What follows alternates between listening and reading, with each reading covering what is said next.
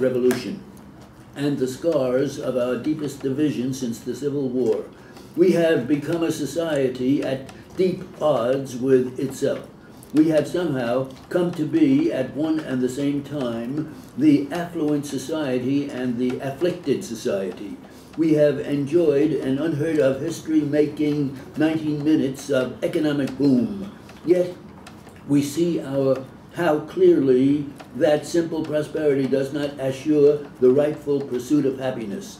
We have tried to find the core of the ordeal and the confusion of our society and sought to give it a name. We have, many of us, come to call it the crisis of our American city. This is true enough, but we must also understand its full meaning, a crisis of the American conscience. The roots of this crisis run deep and far through all our land. We shall this year carry our gross national product past the historic mark of $800 billion. Yet more than 30 million Americans, both black and white, still live on poverty-level incomes. We have concentrated more than 70% of our population in our sprawling metropolitan areas. Yet our cities have been breeding slums faster than any other Western nation.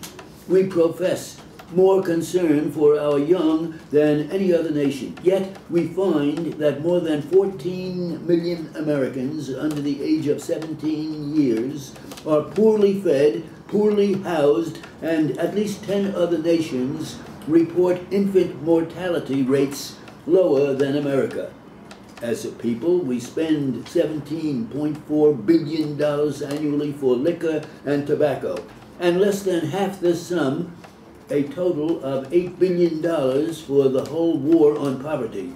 In such a culture as ours, the city remains the place of work and the seat of learning. The decay of the city through all human history means the decline of our civilization. Almost 2,000 years ago, a Greek philosopher wrote the truth. He said, "The city is the teacher of man." And for us today, the city is not only such a teacher, but our trial and our test as a free people. I ask, and I shall try to answer the obvious question: how shall we meet this test? Let me promptly state 3 ways in which we cannot meet this test. 1, we cannot meet it with traditional concepts of conventional programs.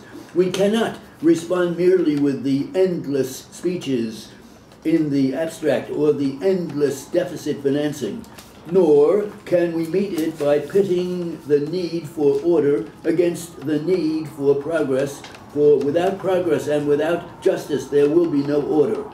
2, we cannot fight our way through this trial with the arsenal of violence and revenge, because the oppressed and the outraged people will be fooling themselves with these weapons, which are weapons of self-destruction. 3, we cannot meet this test with promises of programs that are conceived narrowly or separately for one community as opposed to another community.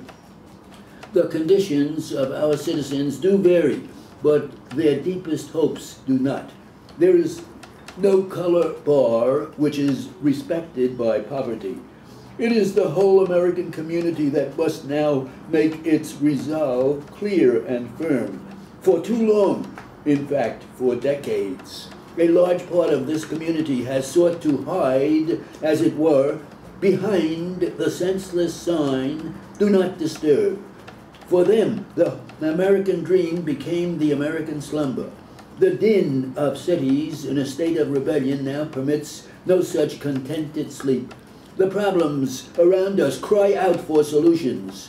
To this din and this cry, no decent nation can be deaf. To hear it all and to face it all means a profound act of national commitment.